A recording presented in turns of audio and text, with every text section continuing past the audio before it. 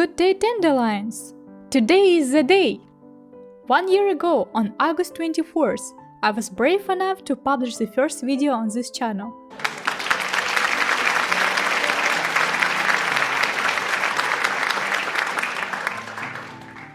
And look at it now! Yes, it doesn't sound like as epic as successful success so far, but at least we have a cozy spot for Slavic mythology and related to it stuff, when the world is literally burning. So it is success. Whom else will I discuss Saint Fivroni and origins of Gopnik with, if not with people from the internet? Those are important topics, by the way. A lot of aspects of Slavic culture got covered so far, and there is more to come. The milestone of 1000 subscribers has its way to go, but I prepared the cover. We have no choice but to celebrate. And let's get this fancy community tab by the end of the year. After the year of working on the channel, I can confidently say it changed my life. I also learn and rediscover my culture when I do the video. Of course, I knew some of it as a culture carrier, but not all. Basically, we're at the same boat, dandelions. Sometimes I have solid idea on what the topic of my video will be. For example, I had desire to cover saint ladies for a while. Sometimes I get the idea randomly.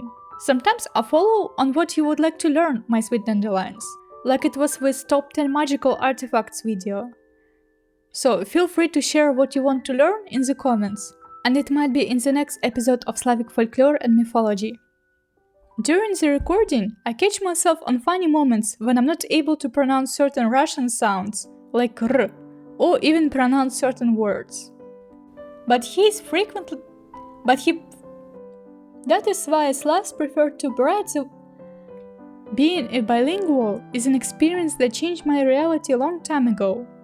You need to know it because you interact with me in both languages. Most of the time it's English, but sometimes you get small portion of Russian. When I'm in mostly English-speaking environment, I had to cope with desire to answer in Russian. On the other hand, when I'm mostly in Russian-speaking environment, I have to cope with desire to answer in English. I forget words, and other words come out. Well, language balance is as important as work-life balance. I don't have neither of them. When you know more than one language, they will melt. English speakers are always able to tell my origin by the accent, but my Russian unconsciously changed, and there is no way back. Fun fact, I constantly update my English vocabulary when I write the script. For instance, a word scrawny. I didn't know this word before I did a video about Koshchei. Later, when I heard this word in the class, and later, in the Oval House episode, hell, I was proud of myself. I learned it just because I had to do the video. I don't know which direction my channel is going to take. I do consider making YouTube my full-time job in near future, that is for sure. Mythology narration videos are the standard here, and they aren't going to go anywhere, but I want to experiment with formats a bit. I thought about psychology behind the folklore. What do you think about that? Additionally, there will be a few live cultural videos related to my travel, but it isn't permanent format because I want to detach my private life from YouTube. My personal art project will take a lot of space on the channel in near future. If you remember, I announced the publication of my book Ballerina Ella, The Journey into the Infinity, this fall on Amazon. Well, it's coming, and I'm quite busy with preparing the text, cover and other lovely stuff. It isn't Slavic mythology, but it has a lot of philosophy and cultural inspirations involved. It is about a ballerina who got injured, and while she is in coma, her spirit travels to Star Sirius. The local creatures try to help her to return back to Earth. This is space-ish fantasy. I'm glad to finally make it available for the English-speaking audience, so we can discuss characters and the plot together. Can't wait for it. Another random fun fact. Sometimes I check my analytics more than I check my fridge, to the point where it isn't healthy. Daily struggles of the YouTuber. If you want to support me at this point and help the channel to grow, I created the page at Buy Me a Coffee. where you are welcome to support me with money if you have the opportunity to do so. I understand, it's an awkward moment when a creator brings money question. Some people tell that money isn't everything, that it isn't that important. The only thing I can tell, if you really think so, don't worry, give them to me if you don't need it.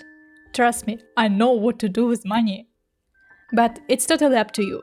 As a creator, I appreciate any of your support, like reposts, word of mouth, and new comments, or sweet messages on Discord. Yes, I do have Discord. I even think about making Discord community dedicated to the channel, like my colleagues have.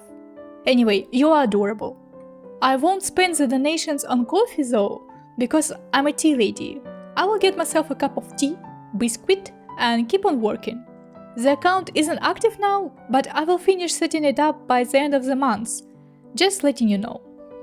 The question and answer stream is coming the week after, and you are welcome to leave your questions in the comment section if you want to ask about something specific. Otherwise, we're going to chat about Slavic culture representation in the media, some history, maybe about Russian stereotypes. I even might read a chapter from my upcoming book, and we will go from there. See you virtually on the stream. Overall, it will be a long journey. I can't promise it will be an easy road though. There will be obstacles and challenges at some point. However, I believe that we can get through it as a community. Bye, dandelions.